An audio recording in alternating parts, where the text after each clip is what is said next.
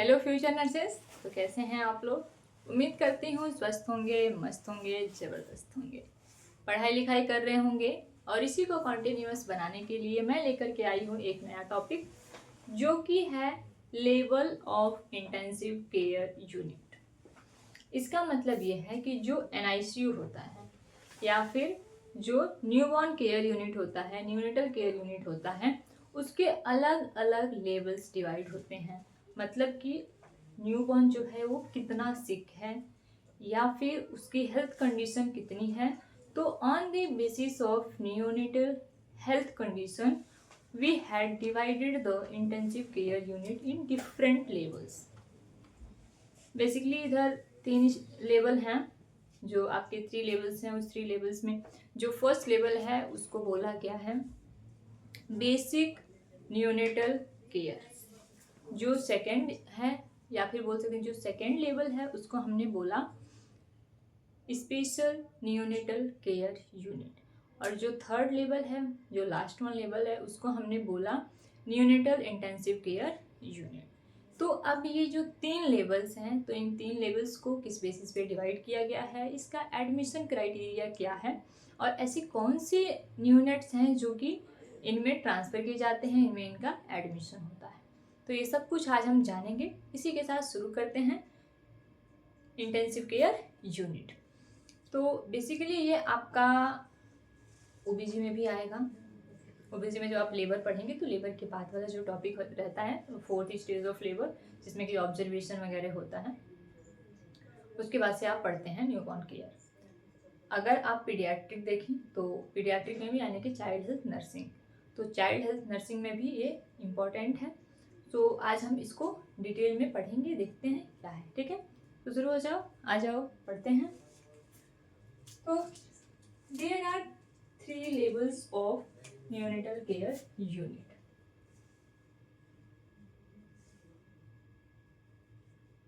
3 levels of neonatal care unit.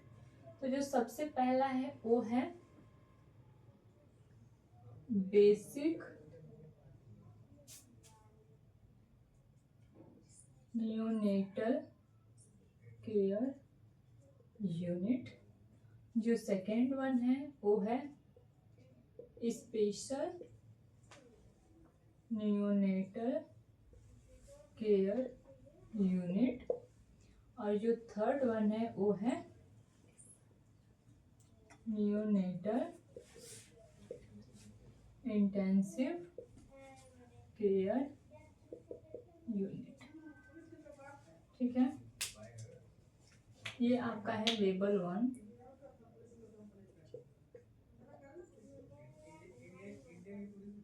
Level second, level third. तो basically ये 3 level होते हैं हमारे। तो इन 3 लेवल में हम ये देखेंगे कि जो लेवल फर्स्ट है यानी कि बेसिक न्यूनेटल केयर यूनिट है। तो बेसिक न्यूनेटल केयर यूनिट में क्या होता है, देखो इसमें बेसिकली ये होता है कि जब हम ऑब्जर्वेशन करते हैं, ठीक है, जो भी न्यूबॉर्न डिलीवर होता है, जो भी न्यूनेट होता है, उसका जब हम ऑब्जर्वेशन करते हैं ये देखने के लिए कि किसी भी प्रकार की कोई कंजेनाइटल एबनॉर्मेलिटीज़ है, किसी भी प्रकार का कोई बर्थ इंजरी है, मतलब उसका हेड टू टो एग्जामिनेशन करते हैं। और इसमें अगर किसी भी प्रकार का कोई कॉम्प्लिकेशन है या फिर होने के चांसेस, तो अगर इसमें किसी प्रकार का कोई कॉम्प्लिकेशन है तो उसको हम सेकंड लेवल में भेजते हैं।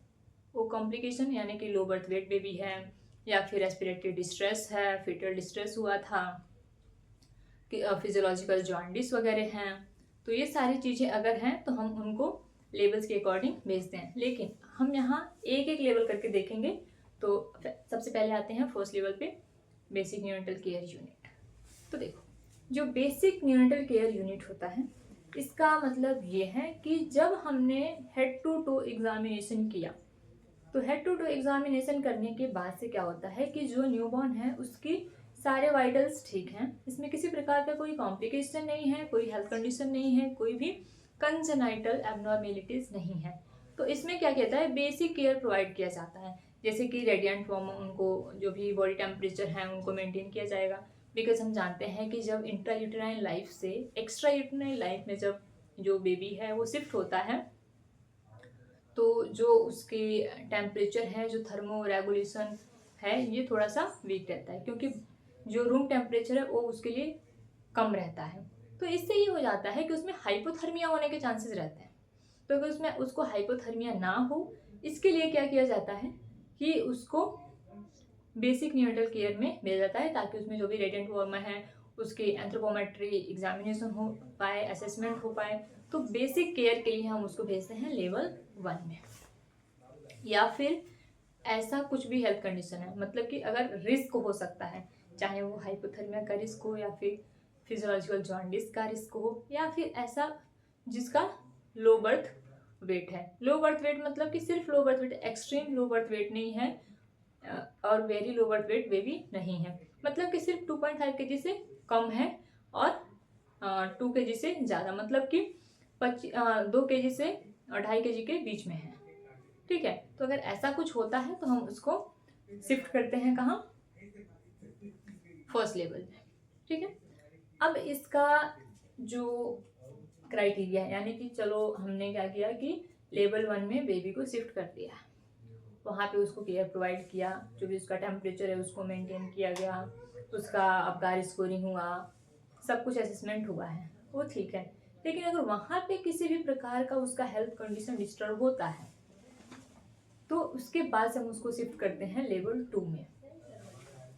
अब लेवल 2 क्या है? तो लेवल 2 जो है हमारा स्पेशल न्यूनेटल केयर यूनिट। तो स्पेशल न्यूनेटल केयर यूनिट का मतलब यह है कि इसमें ऐसे बेबी जो कि 2 kg से कम है, लो बर्थ वेट बेबी है, या फिर किसी प्रकार का कोई बर्थ इंजरी हो गया है, या फिर आप बोल सकते हैं कि उसको फीटल डिस्ट्रेस है, हाइपोग्लाइसीमिया है, फिजियोलॉजिकल जॉन्डिस है, तो ये सारा एडमिशन क्राइटेरिया होता है। यही एडमिशन क्राइटेरिया अगर ये सारी चीज़ें फुलफिल करता है तो उसको हम लेवल 2 में एडमिशन करते हैं, लेवल 2 में उसको एडमिट करते हैं। तो ये सारे प्रॉब्लम्स हैं। इसके साथ अब क्या हुआ कि या फिर वो बच्चे जो कि लेवल 1 से रेफर होके लेवल 2 में आए हुए हैं, तो ये सारी चीज़ें ऐसी होती हैं जिसमें कि ऐसे जो बच्चे हैं उनको हमने एडमिट किया, उसको केयर प्रोवाइड किया। यानी कि आप अगर साफ सिंपल शब्दों में समझें तो जो लेवल 1 में थे उनमें किसी प्रकार का कोई हाई रिस्क नहीं था या फिर किसी प्रकार का कोई प्रॉब्लम नहीं था। ठीक है, तो उसको हमने नॉर्मल केयर प्रोवाइड किया, डिस्चार्ज किया, वो घर चले गए। लेकिन उससे अगर थोड़ा सा प्रॉब्लम ज़्यादा हुआ, जैसे कि वहाँ पे हम क्या कर रहे थे कि जो 2.5 kg से कम के बच्चे थे उनको हम एडमिशन ले रहे थे, क्योंकि हमें पता है कि अगर इंट्रा यूट्राइन लाइफ से एक्स्ट्रा यूट्राइन लाइफ में बेबी आया है तो इनिशियली 10 डेज उसका जो बर्थ वेट है वो और कम होता है, उसके बाद से फिर वो उसमें इंक्रीमेंट होता है, उसके बाद से वो बर्थ वेट बढ़ता है। तो जो बॉडी वेट है वो शुरुआती में 10 दिन तक कम रहेगा, उसके बाद से वो बढ़ेगा। दूसरी चीज़ कि अगर उस बेबी कोई ऐसा है कि वो हाई रिस्क प्रेगनेंसी रही हो, हाई रिस्क प्रेगनेंसी रही हो फिर भी जो बेबी है वो हेल्दी डिलीवर हुआ है, तो ये सारी चीज़ें तो हमने लेवल 1 में कंप्लीट कर लिया है। तो अब उससे आगे थोड़ा सा अगर प्रॉब्लम ज़्यादा हो रहा है तो उसको हम लेवल 2 में भेजते हैं। जो इसमें सबसे क्रूशियल है वो आपका आता है लेवल 3, यानी कि neonatal intensive care unit, NICU। इसमें क्या होता है, इसमें ऐसे बच्चे होते हैं जो डायबिटिक मदर के बच्चे होते हैं, प्रेगनेंसी इंड्यूस्ड हाइपरटेंशन, इसके साथ साथ जो भी हाई रिस्क प्रेगनेंसी होती हैं, तो जो हाई रिस्क प्रेगनेंसी वाले बेबी होते हैं वो सारे किस में जाते हैं, लेवल 3 में। तो अब जो बेबी लेवल 3 में गए, मैक्सिमम ऐसे जो इनको रेस्पिरेटरी डिस्ट्रेस है, जिनको किसी प्रकार का रेस्पिरेटरी इन्फेक्शन है, जिनको रेस्पिरेटरी डिसऑर्डर्स हैं, तो ये सारे बच्चे जाते हैं लेवल 3 में। अपार्ट फ्रॉम दैट ऐसे बच्चे जो एक्सट्रीम लो बर्थ वेट हैं, यानी कि जो 1 kg से भी कम के बच्चे हैं वो जाते हैं लेवल 3 में। इसके साथ साथ क्या होता है कि ऐसे बच्चे जिनको वेंटिलेशन की ज़रूरत है, तो ये सारे जो बच्चे होते हैं उनको हम शिफ्ट करते हैं लेवल 3 में। और जैसे जैसे उनका जो हेल्थ है वो स्टेबल होने लगता है तो उनको हम फिर से लेवल 2 में शिफ्ट कर देते हैं, वहाँ से उनको मैनेजमेंट करते हैं, उनको ट्रीटमेंट देते हैं। इसके साथ क्या करते हैं, फिर उसको लेवल 1 में एडमिट कर देते हैं।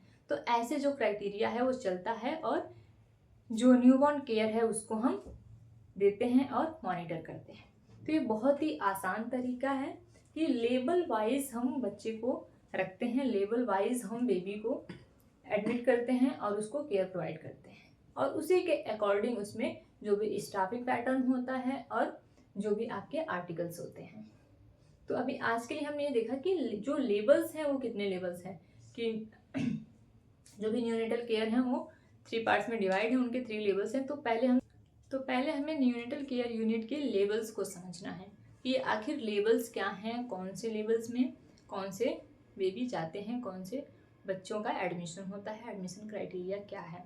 इसके बाद हमें देखते हैं कि जो लेबल 1 है उसका स्टाफिंग पैटर्न क्या होता है, उसके आर्टिकल क्या होते हैं, एडमिशन क्राइटेरिया क्या होता है, फिर लेबल 2, फिर लेबल 3।